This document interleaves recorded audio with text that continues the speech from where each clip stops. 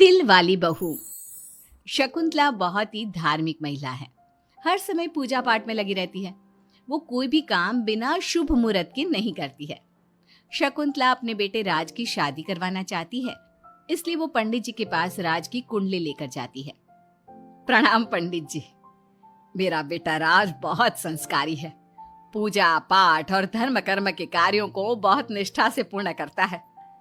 मैं अपने बेटे की शादी कराना चाहती हूँ, इसलिए उसकी कुंडली ले आई हूँ। शकुंतला पंडित जी को कुंडली देते हुए कहती है और पंडित जी कुंडली को ध्यान से देखकर कहते हैं, बेटे, तेरे बेटे का उज्जवल भविष्य है। इसका गृहस्थ जीवन भी अच्छा रहेगा, परंतु क्या पंडित जी?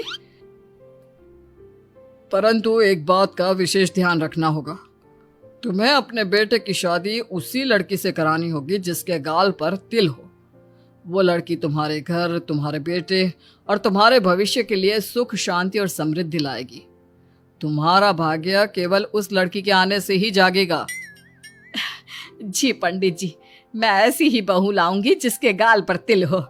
धन्यवाद पंडित जी, धन्यवाद। पंडित जी का धन्यवाद करके शकुंतला वहां से चली जाती है।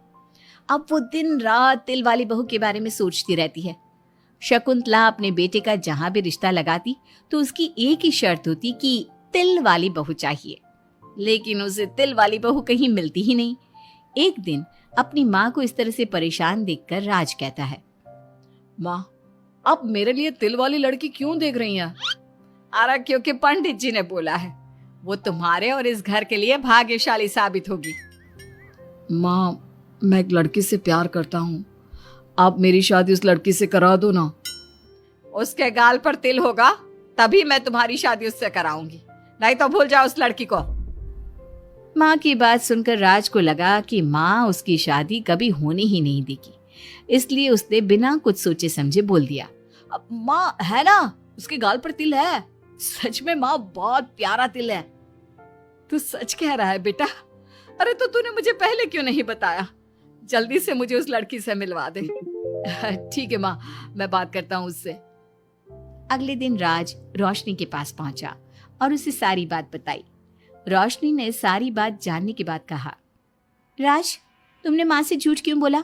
मेरे गाल पर कोई तिल नहीं है। अरे मेरे पास कोई और रास्ता नहीं था रोशनी।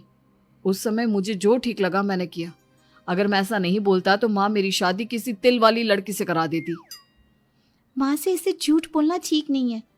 माँ को कोई तिल वाली लड़की मिलती ही नहीं, तो माँ अपने आप तुम्हारी शादी मुझसे कराने के लिए तैयार हो जाती। अरे तुम्हें पता नहीं, पंडित जी के मुख से निकली बात मेरी माँ के लिए पत्थर की लकीर है। वो आकाश पाताल एक कर देंगी, लेकिन तिल वाली लड़की ढूंढ कर ही रहेंगी।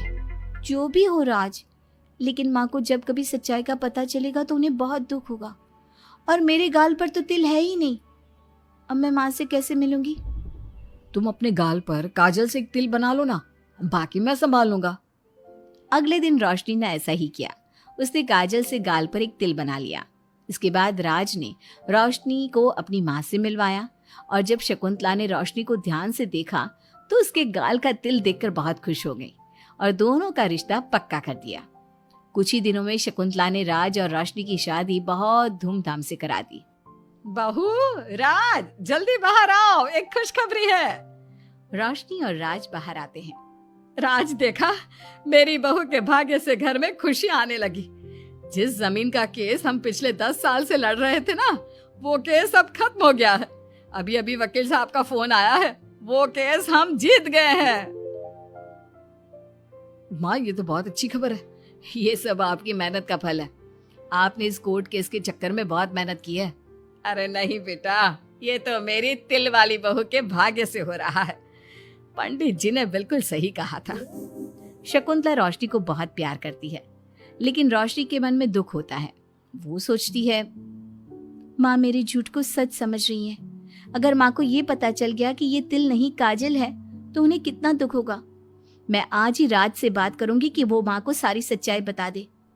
शाम को राज घर आता है तो रोशनी राज से कहती है, राज, हमें माँ को सारी सच्चाई बता देनी चाहिए।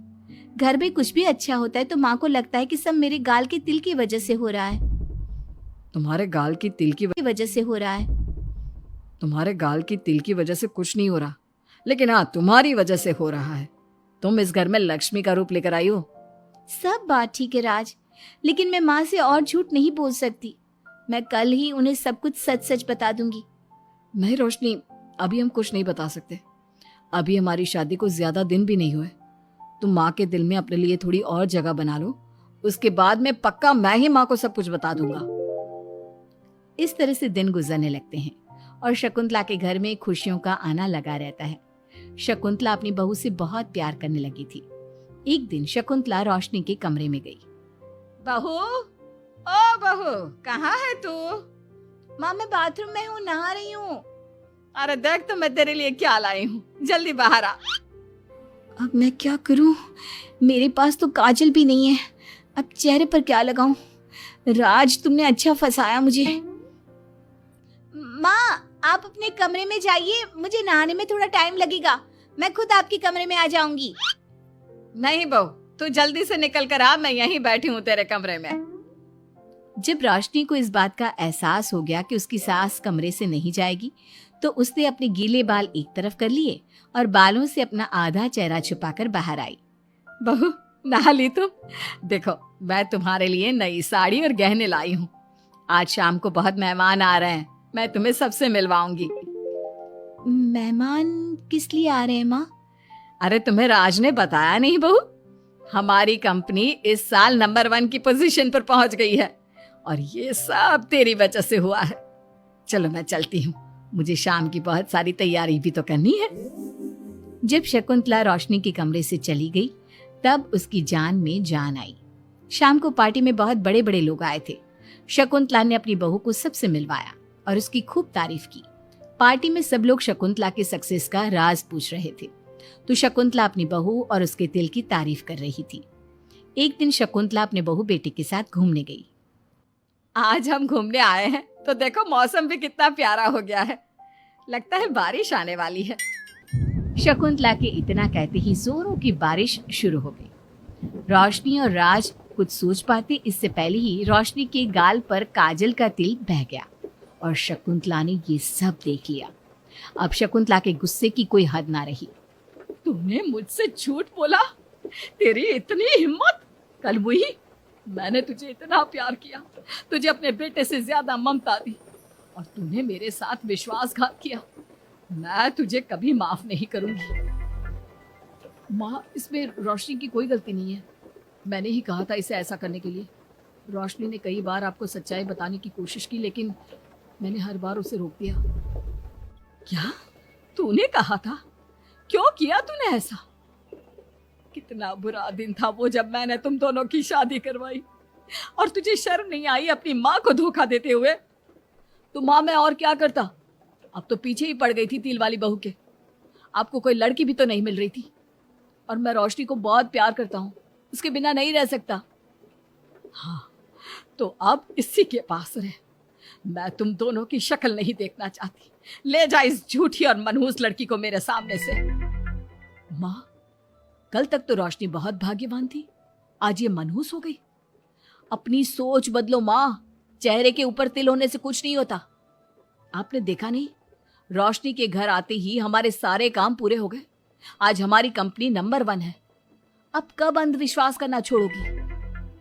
बेटे के इतना समझाने पर माँ को समझ में आ जाता है कि वो गलती कर रही है। शकुंतला अपने बहू बेटे को लेकर घर आ जाती है। अगले दिन शकुंतला रोशनी के गाल पर काजल से एक तिल बना देती है। राज और रोशनी शकुंतला को बहुत हैरानी से देखते हैं। तब वो कहती है, ऐसे क्या देख रहे हो तुम दोनों? ये तिल नहीं, काला टीका है, ताकि मेरी बहू को किसी की नजर ना लगे। शकुंतला की बात सुनकर सब हंसने लगते हैं।